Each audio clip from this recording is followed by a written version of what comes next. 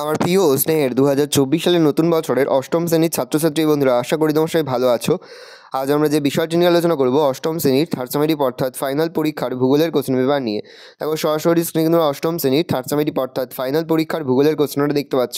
Full marks তোমাদের রয়েছে 70, আর সময় তোমাদের রয়েছে 2 ঘন্টা 30 মিনিট। একে দাগে রয়েছে সঠিক উত্তর বেছে নিয়ে লেখো যে কোনো 10টি প্রতিবষ্টি মান 1 করে 1 × 10 = 10।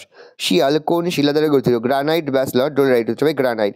চুনাপাথর এক প্রকার, সংঘাত, অসংঘাত, কদরময়, পাললিক শিলা। উত্তর হবে অসংঘাত। দক্ষিণ গোলার্ধে আয়ন বায়ুর গতিবেগ থাকে ঘন্টায় প্রায় 22 থেকে 30 কিমি। 4 o'clock রেইন প্রকৃতপক্ষে পরিচালন বৃষ্টি, শৈলক্ষের বৃষ্টি, ঘূর্ণবাদ বৃষ্টি। পরিচালন বৃষ্টি। পৃথিবীর বৃহত্তম চলচ্চিত্র নির্মাণ শিল্প হলিউড অবস্থিত হবে ভূমধ্যসাগরীয় জলবায়ু অঞ্চলে। আর্থ সামিট পরিবেশ সম্মেলন হয় 1982, 1992, 2002। 1992 সালে চিপকো আন্দোলন হয়েছিল কৃষিজমি রক্ষার জন্য, অরণ্যকে রক্ষার জন্য, গঙ্গাকে দূষণমুক্ত করার জন্য। উত্তর হবে অরণ্যকে রক্ষার জন্য। নেশিয়া অথার অর্থ কালো ক্ষুদ্র দেশ। উত্তর হবে দেশ। বঙ্গোপসাগরে সৃষ্ট ঘূর্ণিঝড় যে নামে পরিচিত তা হলো হ্যারিকেন, সাইক্লোন, টাইফুন। উত্তর হবে সাইক্লোন। এশিয়ার ভূমধ্যসাগরীয় জলবায়ু দেখা যায় ইটালিতে, তুরস্কে, মিশরে। তবে তুরস্কে। ওশেনিয়ার সর্বোচ্চ শৃঙ্গ Mount উইলেহেলাম, Mount Kosciuszko, Mount cook. উত্তর হবে মাউন্ট উইলেহেলাম। অস্ট্রেলিয়ার বিখ্যাত প্রাণী গন্ডার, ক্যাঙ্গারু, হাতি। উত্তর হবে ক্যাঙ্গারু। মহিষসঞ্চনতাদের প্রবক্তা ম্যাকেঞ্জি, পার্কার, ওয়েগনার। উত্তর হবে ওয়েগনার। 2000 শূন্যস্থান পূরণ করে যে কোনো 5টি প্রতিবষ্টি মান 1 করে 1 × 5 = 5। পর্বতে যে ঢাল বরাবর বায়ু উপরের দিকে ওঠেও বৃষ্টিপাত ঘটায় সেই ঢালকে বলা হয় ড্যাশ। ধরে প্রতিবাদ ঢাল। পৃথিবীর রুটিঝুড়ি বলে ড্যাশ অঞ্চলকে। উত্তর হবে পেইরি। অস্ট্রেলিয়ার নাতিসিন্ধু তৃণভূমি ড্যাশ নামে উত্তরিত ডাউন্স। দ্রুতগামী ভূকম্পীয় তরঙ্গ হলো ড্যাশ। ধরে পি তরঙ্গ। গ্রানাইট শিলা রূপান্তরিত হয়ে ড্যাশ শিলা গঠন করতে হবে অ্যাম্ফিবোলাইট। পরের প্রশ্ন, ড্যাশকে রূপস্বর বলে ব্রোকেন হিলকে। হুয়ের পুরো নাম কি? World health organisation. তিন দাগের হচ্ছে নিচের বাক্যগুলির মধ্যে যেই ঠিক তাকে ঠিক এবং ভুল সেটা ভুল লেখো। প্রশ্নের মান 1 করে 1 × 5 = 5। রকি পার্বত্য অঞ্চলে উষ্ণবায়ু চিনুক নামে পরিচিত। রয়ে ঠিক, তাহলে আমরা ঠিক লিখবো। আগ্নেয় শিলার অপর নাম প্রাথমিক শিলা। উত্তর হবে ঠিক, তাহলে আমরা ঠিক লিখবো। জাইরে নদীর অববাহিকায় বসবাসকারী অধিবাসী হলো রেড ইন্ডিয়ান। উত্তর হবে ভুল, তাহলে আমরা ভুল লিখবো। ভোপাল গ্যাস গড়নি ঘটে বিষাক্ত MIC গ্যাসের জন্য। উত্তর হবে ভুল, তাহলে আমরা ভুল লিখবো। অস্ট্রেলিয়ার ক্রান্তীয় তৃণভূমি পার্কল্যান্ড সাভানা নামে পরিচিত। ঠিক, তাহলে আমরা ঠিক লিখবো। গ্রেট বেরিয়ার একটি প্রবাল প্রাচীর। উত্তর হবে ঠিক, তাহলে আমরা ঠিক লিখবো। ভূমধ্যসাগরীয় জলবায়ু অঞ্চলকে শীতকালীন বৃষ্টিপাতের দেশ বলা হয়। উত্তর হবে ঠিক, তাহলে আমরা ঠিক লিখবো। চার দাগে রয়েছে একটি বা দুটি শব্দতে যে কোনো 5টি প্রতিগোষ্ঠী মান 1 করে 1 × 5 = 5। নিরক্ষীয় শান্ত বলয়ের অপর নাম কি? ডোলড্রামস। পাত সংস্থাতত্ত্বের জনক কাকে বলা হয়? লা পিচো। ভূমিকম্পের ক্ষয়ক্ষতি ও তীব্রতা মাপা হয় কোন যন্ত্রের সাহায্যে? সিসমোগ্রাম। মহাসাগরীয় ভূত্বক কোন শিলা দ্বারা গঠিত? ব্যাসল্ট। গভীর রাতে সূর্য দেখা যায় কোন অঞ্চলে? উত্তর হবে নরওয়ের হ্যামারফেস্ট অঞ্চলে। এল তরঙ্গের অপর নাম কি? পৃষ্ঠ তরঙ্গ। জীবাশ্ম পড়ানোর ফলে কোন গ্যাস বায়ুতে মেশে বায়ুমণ্ডলের তাপমাত্রা বৃদ্ধি করে? Carbon die oxide. ভারত কোন জলবায়ু অঞ্চলের অন্তর্ভুক্ত? উত্তর হবে মৌসুমী জলবায়ু। 5 থেকে ক স্তম্ভের সঙ্গে খ স্তম্ভ মেলাও। প্রশ্নের মান 1 করে 1 × 5 = 5। ক স্তম্ভ ম্যাগমা, কোরিওলিস বল, নগরায়ন, শীতকালীন বৃষ্টিপাত আর মহিষসঞ্চরণ। ম্যাগমা হবে আগ্নেয়গিরি, কোরিওলিস বল হবে আবর্তন গতি, নগরায়ন হবে ভূগর্ভে জলস্তর হ্রাস, শীতকালীন বৃষ্টিপাত হবে ভূমধ্যসাগরীয় জলবায়ু, মহিষসঞ্চরণ হবে আলফ্রেড ওয়েগনার। 6 থেকে সংক্ষিপ্ত উত্তর যে কোনো 4টি প্রতিগোষ্ঠী মান 2 করে 2 × 4 = 8। ক্রান্তীয় শীতকাল কাকে বলে? নিরক্ষীয় জলবায়ু অঞ্চলে সারা বছর সূর্যরশ্মি লম্বভাবে পড়ে, ফলে উষ্ণতা সবসময় বেশি। বার্ষিক গড় উষ্ণতা 27°C। বার্ষিক উষ্ণতা থাকে 25°C থেকে 30°C। বার্ষিক উষ্ণতার প্রসার হয় মাত্র 2°C থেকে 30°C। সেই সঙ্গে বাতাসে আর্দ্রতাও বেশি থাকে, তবে রাতে উষ্ণতা বেশ কমে যায়। তাই নিরক্ষীয় অঞ্চলে রাত্রি ক্রান্তীয় শীতকাল নামে পরিচিত। 4 o'clock রেইন কি? বায়ুমণ্ডলে প্রচুর জলীয়বাষ্প থাকায় উষ্ণ আর্দ্র বায়ু ঘনীভূত হয়ে পরিচালন প্রক্রিয়ায় বৃষ্টিপাত ঘটায়। বার্ষিক বৃষ্টিপাতের পরিমাণ 200 থেকে 250 সেমি। প্রতিদিন অপরাহ্নে বা বিকালের দিকে এই বৃষ্টিপাত হওয়াকে 4 o'clock রেইন বলা হয়। মৌসুমী বিস্ফোরণ কাকে বলে? আরব সাগর বঙ্গোপসাগর থেকে দক্ষিণ পশ্চিম মৌসুমী বায়ু ভারতীয় উপমহাদেশে প্রবেশ করার সঙ্গে সঙ্গে আকস্মিক ও প্রচণ্ড বৃষ্টিপাত শুরু হয়। একে মৌসুমী বায়ুর বিস্ফোরণ বলা হয়। শীতকালীন বৃষ্টিপাতের দেশ কাকে বলে? শীতকালে এই অঞ্চল থেকে উচ্চচাপ বলয় সরে গেলে আটলান্টিক মহাসাগর থেকে প্রবাহিত জলীয় বাষ্পপূর্ণ পশ্চিমী বায়ু এই অঞ্চলে বৃষ্টিপাত ঘটায়। বার্ষিক গড় বৃষ্টিপাত 25 সেমি থেকে 150 সেমি। অ্যাড্রিয়াটিক উপসাগরের পূর্ব উপকূলে বৃষ্টির পরিমাণ সব থেকে বেশি হয়। উপকূল থেকে ভিতরের দিকে বৃষ্টিপাতের পরিমাণ ক্রমশ কমতে থাকে। শীতকাল বৃষ্টিপাত হয় বলে এই অঞ্চলকে শীতকালীন বৃষ্টিপাতের দেশ বলা হয়। পরিবেশের অবনমন কাকে বলে? পরিবেশের অবনমন হলো পরিবেশের গুণমান হ্রাস পাওয়া।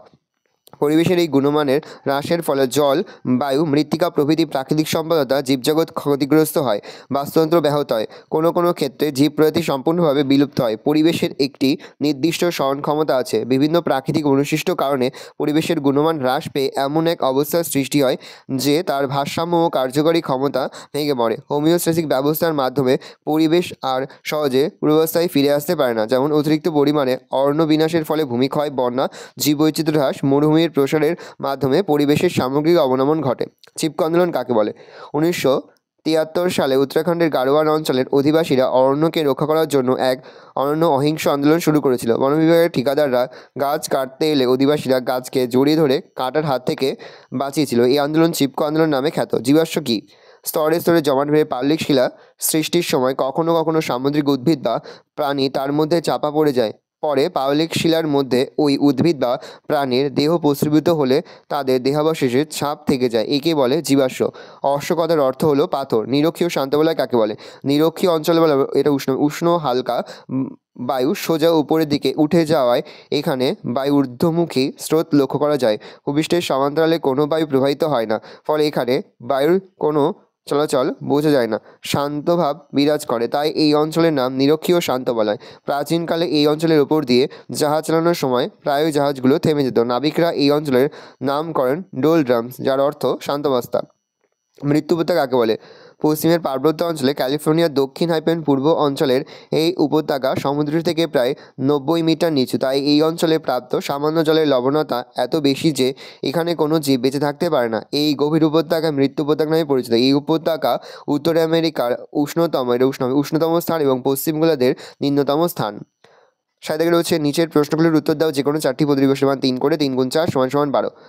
অপসারী পাত সীমানাকে গঠনকারী পাত সীমানা বলা হয় কেন? অপসারী পাত সীমানা বরাবর দুটি পাত পরস্পর থেকে দূরে সরে যাওয়ায় মাঝের ফাটল বরাবর ভূগর্ভস্থ ম্যাগমা বাইরে বেরিয়ে আসে, ফলে এক নতুন মহাসাগরীয় ভূত্বক গঠিত হয়। বি. সমুদ্র অক্ষে বিস্তৃতি ঘটে। সি. মধ্য সামুদ্রিক শৈলশিলার সৃষ্টি হয়। ডি. মধ্যবর্তী অঞ্চলে সৃষ্ট খাদ বরাবর মহাসাগরের উৎপত্তি ঘটে। নতুন ভূমিরূপ গঠিত হয় বলে অপসারী পাত সীমানাকে গঠনকারী পাত সীমানা বলা হয়। শিলা থেকে কিভাবে মাটি সৃষ্টি হয় তা আলোচনা করো। আদি শিলার ওপর শিলাচূর্ণ ও জৈব পদার্থের মিশ্রিত পাতলা আবরণ হলো মাটি। জীবকুলের আবাসস্থল। বিভিন্ন প্রাকৃতিক শক্তি যেমন নদী, বায়ু, বৃষ্টিপাত, সমুদ্রতরঙ্গ, হিমবাহ দ্বারা বহুদিন ধরে শিলা ও শিলা গঠনকারী খনিজগুলো ক্ষয় হয়ে সূক্ষ্ম শিথিল শিলাচূর্ণ রূপে অবস্থান করে। এই শিলাচূর্ণ হলো রেগলিত। পরে এর সাথে জল, বায়ু, জৈব পদার্থ মিশে মাটির সৃষ্টি হয়। মাটির চরিত্র অনেক ক্ষেত্রেই তার নিচের পৃষ্ঠ বা আদি শিলার উপর নির্ভর করে। যেমন সাধারণ ব্যাসল্ট শিলায় কৃষ্ণ মৃত্তিকা, গ্রানাইট শিলায় লোহিত মৃত্তিকা, বেলে পাথর, বেলে মাটি তৈরি হয়। পরের প্রশ্ন, ক্রান্তীয় অঞ্চলে মহাদেশের পশ্চিম দিকে পৃথিবীর অধিকাংশ মরুভূমি সৃষ্টি হয়েছে কেন? দুই গোলার্ধে ক্রান্তীয় অঞ্চলে কম উষ্ণ স্থান থেকে তুলনায় বেশি উষ্ণ নিরক্ষীয় অঞ্চলের দিকে আয়ন বায়ু প্রবাহিত হওয়ায় এর উষ্ণতা বেড়ে যায়। জলীয় বাষ্প ধারণের ক্ষমতা বাড়ে, ফলে এই বায়ু মহাদেশের পূর্ব উপকূলে বৃষ্টিপাত ঘটালেও পশ্চিমাংশে একেবারেই বৃষ্টিপাত হয় না। এই কারণে মহাদেশের পশ্চিমাংশে অধিকাংশ উষ্ণ মরুভূমির সৃষ্টি হয়েছে, যেমন আফ্রিকার সাহারা, আফ্রিকার কালাহারি। পরে হচ্ছে মেঘ কীভাবে সৃষ্টি হয় তা ব্যাখ্যা করো। ভালো করে উত্তর দেখে নাও, মেঘ কীভাবে সৃষ্টি হয়। আমি এর মুখে বলছি না, আমি আস্তে স্ক্রল ডাউন করছি। পরের প্রশ্ন, ভূমধ্যসাগরীয় জলবায়ু অঞ্চলের জীব বৈচিত্র্যের বর্ণনা দাও। ভালো করে দেখে নাও। প্রথম পয়েন্ট করে স্বাভাবিক উদ্ভিদ, পরের পয়েন্ট করবে গুল্মজাতীয় উদ্ভিদ, তার মধ্যে 1 দিয়ে সাব পয়েন্ট করে সরলবর্গীয় উদ্ভিদ, 2 দিয়ে পয়েন্ট করে চিরসবুজ উদ্ভিদ, আর 3 দিয়ে পয়েন্ট করবে গুল্মজাতীয় উদ্ভিদ। মেন পয়েন্ট করবে প্রাণী জগৎ ও পশুপালন। পরের প্রশ্ন, পরিবেশ অবনমনের কারণগুলো উল্লেখ করো। ভালো করে দেখে নাও পরিবেশ অবনমনের কারণ।